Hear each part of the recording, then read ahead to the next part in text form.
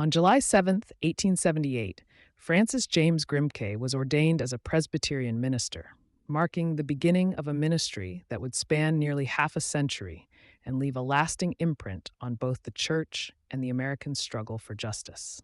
Born in 1850 near Charleston, South Carolina, Grimké's life began under the shadow of slavery. His mother, Nancy Weston, was an enslaved woman of mixed race, and his father, Henry Grimké, a white plantation owner. After his father's death, Francis and his siblings were placed under the care of their white half-brother, who eventually forced Francis into servitude during his teen years.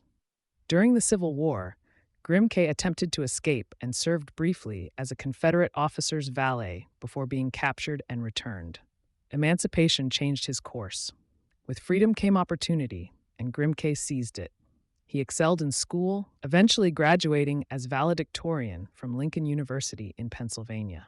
It was there that he experienced a deep spiritual awakening and sensed a call to ministry. He enrolled at Princeton Theological Seminary, where he stood out for his intellect and character. And in 1878, he was ordained into the Presbyterian Church.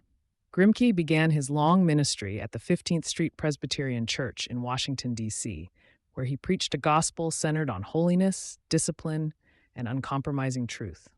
He believed the church must not only preach salvation, but also actively resist injustice. A firm opponent of racial prejudice, Grimké saw no contradiction between gospel proclamation and social reform. Instead, he saw them as inseparably linked. His high view of Scripture led him to affirm the equal dignity of all people made in God's image.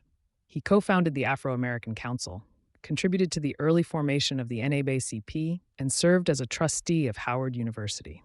Grimké taught that Christians must love without partiality and that the church must model justice in both message and practice. For him, social justice was not a political distraction, but the natural outworking of gospel truth. His life was a testimony to the power of faith rooted in Scripture and expressed through courageous action. Francis Grimké's legacy continues to speak, a call to live boldly, preach truthfully, and walk humbly with God in a divided world.